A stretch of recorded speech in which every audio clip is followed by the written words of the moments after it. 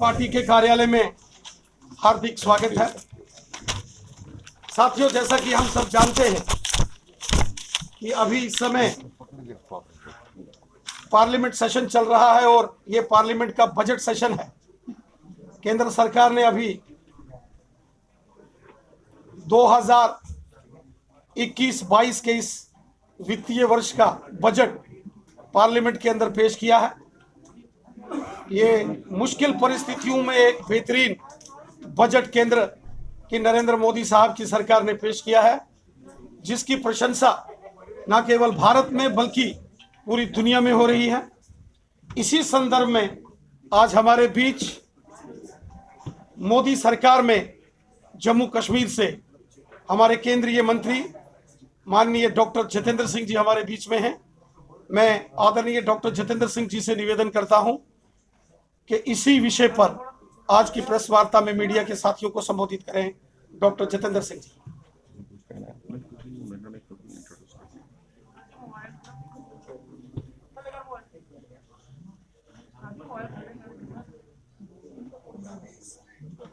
सबसे पहले तो दोस्तों मुझे लगता है कि आज आप सब बधाई के पात्र हैं 4G के लिए, क्योंकि सबसे अधिक इसका जो अभाव महसूस हो रहा था वो पत्रकार साथियों को और छात्रों को। मुझे लग रहा है कि इस मांग की पूर्ति के बाद कम से कम अध्यक्ष जी से एक दिन के लिए और कोई मांग नहीं रखी जाएगी। अब जैसा कि कहा गया, आज देश भर में जो अभी 1 फरवरी को बजट प्रस्तुत किया गया उसको लेकर के कार्यक्रम आयोजित किए जा रहे हैं। इसका जो आर्थिक पहलू है वो तो आपने देख लिया, अध्ययन भी कर लिया, उसके ऊपर टिप्पणियां भी हुई हैं, लेख भी छपे हैं, बहुत ज़्यादा चर्चाएं भी होती रही हैं। लेकिन इसको समाज में कैसे ले जाना है, क्योंकि आप समाज के केवल सूचक ही नहीं, उनके ओपिनियन मेकर भी हैं। तो समाज को किस दिशा में ले जाना है वो हम सबका मिला जुला दायित्व है, जिसमें मीडिया का भी एक विशेष भूमिका रहती है। और जिस दिन ये बजट प्रस्तुत हुआ और मुझे कहा गया था मीडिया को ब्रीफ करने के लिए, तो उस दिन भी मैंने पहला वाक्य यही कहा था, first thought that occur to me is कि budget 21-22 is in tune with post COVID India vision. तो कोविड काल के गुजर जाने के बाद जो पोस्ट कोविड दौर आने वाला है, क्योंकि जैसा हम सब जानते हैं कि कोरोना ने अकस्मात सारी दुनिया को ग्रस्त किया। We were not prepared, none of us was prepared. लेकिन जिस प्रकार भारत उभर करके आया है एक उदाहरण बन करके विश्व भर में, और उसका सर्वश्रेष्ठ श्रेय जाता है प्रधानमंत्री मोदी जी को, उनकी कार्यशैली जिसमें जो वो निर्णायक भी हैं, जिसमें वो निष्ठावान भी रहते हैं, both decisive as well as preemptive in his approach. जो अर्ली लॉकडाउन उसका एक उदाहरण है। लेकिन इसके उपरांत जब विश्व का प्रत्येक देश अपने आप को संभालने में जूझने लगा है, तो मैं देख सकता हूं कि भारत एक प्रथम श्रेणी का देश बनकर के उभरेगा and India will be a member of the front line nation community of the world. और उसके लिए हम किस प्रकार उस भूमिका के लिए अपने आप को तैयार करें, मैं कह सकता हूं कि ये बजट उसका एक vision document of economics and emerges as a vision document of post COVID India. क्योंकि एक और विश्व भी हमारी ओर देखने लगा है, दूसरी ओर जब अन्य रिसोर्सेज का अभाव होगा तो जो अनएक्सप्लोर्ड पोटेंशियल्स हैं हिंदुस्तान में वो किस प्रकार से उपयोग में ला सके। और इसी समझ को लेकर के, इसी अध्ययन को लेकर के हमारे प्रायोरिटी एरियाज, हमारी प्राथमिकताएं निर्धारित की गई हैं, जिसको कहा गया in popular phraseology 6 pillars of the 21-22 budget. और पहली बार स्वतंत्र भारत के इतिहास में स्वास्थ्य क्षेत्र के लिए 137% वृद्धि करके 2 लाख करोड़ से अधिक की राशि निर्धारित की गई। और ये इसलिए भी महत्वपूर्ण है कि बहुत समय से चिकित्सा जगत के लोगों की ओर से भी ये मांग आ रही थी कि भारत में स्वास्थ्य के लिए बहुत कम प्रतिशत बजट निर्धारित किया जाता है। और उसके अनेकों कारण हैं, क्योंकि हमारे समाज में भी health is taken for granted और हमारी आर्थिक स्थिति भी इस प्रकार की नहीं रहती कि जहां आयुष्मान से पहले इंश्योरेंस का भी कोई प्रावधान नहीं था, जहां लोगों को 2 वक्त की रोटी की प्राथमिकता और चिंता रहती है और दवाई औषधि की तरफ उनकी प्राथमिकता नहीं जाती अपनी परिवार और संतान को पालने की चिंता में। ऐसे देश में एक प्रोग्रेसिव सोच लेकर के, क्योंकि जैसे मैंने कहा कि हमने अपने आप को अगली भूमिका के लिए तैयार करना है, पहली बार एक departure from the earlier practice करके, दूसरा हमारा इंफ्रास्ट्रक्चर पर बल, जिसमें हमारे रोड हाईवेज, हमारे रेलवेज, जैसे मैं अभी कह भी रहा था, अभी वार्ता संपन्न हुई कि हाईवेज पर बहुत बल दिया गया। पूर्वोत्तर में सबसे अधिक हमें यही दिक्कत रहती थी कि कनेक्टिविटी ऑफ ट्रांसपोर्ट का अभाव था। 2014 में जब ये सरकार आई तो 4-4 महीने बारिश के बाद सड़कों में पानी रहता। कम से कम 2-3 प्रदेश ऐसे थे जहां किसी ने रेलगाड़ी नहीं देखी थी, हवाई अड्डे अभी बने नहीं थे। 5 साल के बाद आज North East is being cited as a example of development model, और प्रधानमंत्री जी का आदेश है कि वही फोकस अब जम्मू कश्मीर पर भी दिया जाए, जिस पर आपका एक्सप्रेस रोड कॉरिडोर बनने वाला है। जिस प्रकार बिकॉज अ कंट्री, जैसे जॉन कैनेडी ने कहा था कि America is great not because of is known not because of great highways but it is great because of great highways. तो हाईवेज का बनना, कनेक्टिविटी ऑफ ट्रांसपोर्ट के कारण बहुत सारे अन्य क्षेत्रों में ईज ऑफ डूइंग बिजनेस आ जाता है, ईज ऑफ गवर्नेंस आ जाता है, उसके ऊपर बल दिया जाना, जिसमें 3500 करोड़ रुपए का हमारा कटरा दिल्ली का एक्सप्रेस कॉरिडोर भी शामिल है। रेलवे के ऊपर 1-1.5 लाख करोड़ का बजट है, जिसमें हमारे 40 करोड़ का बजट केवल कटरा से कश्मीर तक जो रेलगाड़ी अगले 2 साल में पहुंचेगी उसके लिए निर्धारित किया गया है। मेट्रो दोनों राजधानी क्षेत्रों में श्रीनगर और जम्मू में 2-3 वर्ष में प्रारंभ हो जाएगी।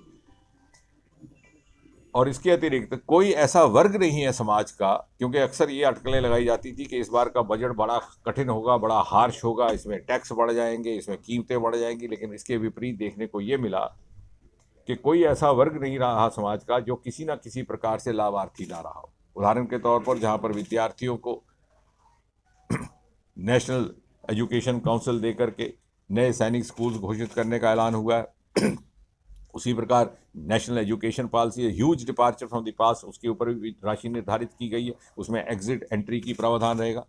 अगर आप 2 साल पढ़ाई छोड़ देते हैं वापस आके उसी सब्जेक्ट में जा सकते हैं तो आप जा सकें। जहाँ तक युवाओं का संबंध है, startup India, stand up India, Modi ji ने हमें एक योजना दी थी, लेकिन स्टार्टअप्स के लिए जो टैक्स हॉलीडे का अवधि काल था उसको 1 साल बढ़ा दिया गया। जहाँ दूसरी तरफ आप देखें, इसी स्पेक्ट्रम के दूसरी तरफ जो एल्डर सिटीजन्स हैं, 75 वर्ष से आयु के ज़्यादा, उनके लिए पेंशन लेने वालों के लिए इनकम टैक्स रिटर्न भरने की दुविधा से मुक्ति प्राप्त कर दी गई। महिलाओं के लिए 8 करोड़ गैस सिलेंडर पहुंचा दिए गए थे, 1 करोड़ का और प्रावधान हुआ है। टैक्स पेयर को भी राहत मिली है। टैक्स एपेलेट गठित कर दी गई है, जिसके बारे में सुनील जी वकील होने के नाते बेहतर जानते हैं कि फेसलेस टैक्स एपेलेट, वो जो बीच के लोग हैं बिचौलिए, वो कुछ तरह से किसी को शिकायत ना हो, उसका मौका ना मिले। तो हर वर्ग की चिंता करने का काम इस बजट के दौरान हुआ है, क्योंकि आने वाले समय में, जैसे मैंने कहा, इस भूमिका को निभाने के लिए विश्व हमें स्वीकार कर चुका है, लेकिन हमें अपने आप को इस भूमिका को निभाने के लिए तैयार करना है। We are biphasic society. एक तरफ हमारे 70% जनसंख्या ऐसी है जो 40 वर्ष से कम अवस्था की है, दूसरी तरफ हमारे एब्सोल्यूट नंबर ऑफ +60 सिटीजन्स भी बढ़ते जा रहे हैं। तो किस प्रकार we are going to be the richest resource pool of youth for the world. जैसे जैसे देशों में जहाँ नौजवानों की कमी है वहाँ हमारे युवा हाथ जाएंगे। और इसी प्रकार जो हमारे +60 who are at the peak of their expertise, experience and profile, उनको किस प्रकार से सदुपयोग में लाया जाए, इन सारी बातों की चिंता करके इस बजट के द्वारा आने वाले समय में भारत की भूमिका सामाजिक स्तर पर और अंतर्राष्ट्रीय स्तर पर निर्धारित करने वाला एक बजट दिया गया है। मैं उसके आंकड़ों में जाना नहीं चाहता, हालांकि यहाँ उपलब्ध है, परंतु कुल मिलाकर के ये कहा जा सकता है कि जहाँ तक जम्मू कश्मीर का संबंध है, हमारे इसी के साथ साथ इंडस्ट्रियल पॉलिसी जुड़ गई है 28,000 करोड़ रुपए से अधिक की। और जैसा मैंने पहले भी निवेदन किया कि पिछले 6-7 वर्षों में मोदी सरकार के आने के बाद प्रधानमंत्री मोदी जी के नेतृत्व में ये भी प्रयास किया गया कि संतुलित विकास रहे हर प्रत्येक क्षेत्र का, और धीरे धीरे हमारे मानसिकता से वो वहम जाना चाहिए कि फलां क्षेत्र को अधिक मिला, यहाँ अधिक नहीं मिला, बल्कि बहुत सारे ऐसे प्रोजेक्ट्स हैं जो दोनों जगह सैंक्शन हुए थे, वहाँ परिस्थितियाँ प्रतिकूल होने के कारण यहाँ उन्होंने गति अधिक पकड़ी है। चाहे आपका एम्स का प्रोजेक्ट है जहाँ पे 25 छात्रों का सिलेक्शन हो चुका है, डायरेक्टर की नियुक्ति फाइनलाइज हो गई है, एक आध दिन में उसका आदेश जारी हो जाएगा, अभी वहाँ पे चालू नहीं हुआ। इसी प्रकार बायोटेक पार्क आपका यहाँ वाला तैयार है कठुआ में, वहाँ भी होना है। तो कहने का तात्पर्य ये नहीं है कि वहाँ किसी क्षेत्र की अवहेलना की गई है, परंतु किन्हीं कारणों से जो हमारे हाथ से बाहर थे, बहुत से प्रोजेक्ट यहाँ बड़ी तेज़ गति से चले हैं। उदाहरण के तौर पर रिंग रोड का पहला फेज़ यहाँ लोकार्पित हो चुका है। कहने का तात्पर्य ये कि हमारा ये भी दायित्व है कि हम समाज में जाकर के एक नैरेटिव पैदा करें, एक पॉजिटिव नैरेटिव पैदा करें, ताकि जो अनुकूल वातावरण मोदी जी के नेतृत्व में हमारे लिए उपलब्ध करवाया गया उसका हम किस प्रकार भरपूर और पर्याप्त लाभ ले सके, और आने वाले समय में जब भारत दुनिया के नक्शे पर एक विश्व मूर्ति बन करके उभरेगा, उस नक्शे में मोदी जी का न्यू इंडिया नुमायां तौर पर जगमगाता हुआ दिखाई देगा। तो हमारी ये अपेक्षा भी है, स्वप्न भी है कि जम्मू कश्मीर उसका एक नूर बन के सामने निकले। Thank you. से बातचीत करिए, उसका हल जरूर निकलेगा। लेकिन कुछ इंटरनेशनल पर्सनैलिटीज जो है वो देश का नाम कहीं ना कहीं खराब करने की कोशिश कर रही है, चाहे रिहाना की बात की जाए, ग्रेटा थनबर्ग की जाए, क्योंकि एक पूरा उनका प्लान था जो डिकोड हुआ है, किस तरह से वो लोग जो है देश को बदनाम करना चाहते थे और किस तरह फोटोज और वीडियोस वायरल होने थे जिसमें ये बताया जाना था कि किसानों पर सरकार जो है वो अत्याचार कर रही है। किस तरह देखते हैं आप जो इंटरनेशनल पर्सनैलिटीज जो है वो हिंदुस्तान की इंटरनेशनल रिप्यूट खराब करने की कोशिश? आपने स्वयं ही विषय बड़े विस्तार में रखा और आपकी चैनल बधाई की पात्र है कि बड़ी प्रमुख भूमिका निभाई है रिपब्लिक टीवी ने भी इस साजिश को पर्दाफाश करने के लिए। और जैसा मैं अभी कुछ समय पहले भी कह रहा था कि सरकार बड़े खुले मन से इस विषय के समाधान के लिए लगी हुई है। जो भी कानून बनाए गए हैं वो किसान हित में हैं, और विडंबना ये है कि इन्हीं कानूनों को बनाने के लिए पिछली सरकारें भी बहस करती रही। इसके हमारे पास प्रमाण मौजूद हैं, वीडियो रिकॉर्डिंग्स मौजूद हैं पिछले सरकारों के मंत्रियों के जो संसद में भाषण दिए हैं। और अब एतराज़ आपत्ति जताई जा रही है उन मुद्दों पर जो इसमें है ही नहीं। जैसे मैंने अभी कहा वो फैज़ का शेर के वो बात सारे फसाने में जिसका जिक्र ना था, वो बात उन पर बड़ी नागवार गुजरी है। जो मुद्दे हैं ही नहीं, तभी कल तोमर जी ने जब अपना भाषण, मैं वहीं था राज्यसभा में, देते हुए कहा कि जिन जिन बातों पर आपको आपत्ति, वो बातें क्या है ये तो ध्यान में आए, क्योंकि कोई ये नहीं कह सकता कि कहीं भी इस कानून को लेकर के किसी तरह से कानून किसान का नुकसान होने वाला है। लेकिन जहाँ जहाँ कोई विडंबनाएं हैं, गलतफहमियां हैं, उसको दूर करने को सरकार तैयार भी है। इसी प्रकार का आदेश प्रधानमंत्री जी का भी है, और मुझे विश्वास है कि कहीं ना कहीं जहाँ कोई गलतफहमी हो गई है, या जैसा आपने कहा कि कहीं गलतफहमी पैदा करने का प्रयास किया जा रहा है, वो नेगेटिव शक्तियाँ भी विफल हो जाएंगी। Sunil ji Bhatt last question. सुनील जी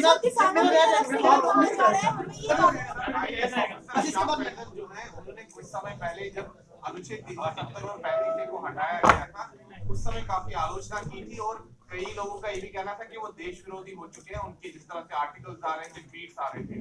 अब एकाएक उनका जैसे हृदय परिवर्तन हो चुका है, अब मोदी सरकार की प्रशंसा कर रहे हैं। क्या ये जेन्युइन चेंज ऑफ हार्ट है, या एक तरह से बैकडोर कुछ उनके साथ बातचीत चल रही है कि उनको वापस लाया जाए? देखिए, इस बात में हमें उलझने की और अपना दिमाग खपाने की आवश्यकता नहीं है।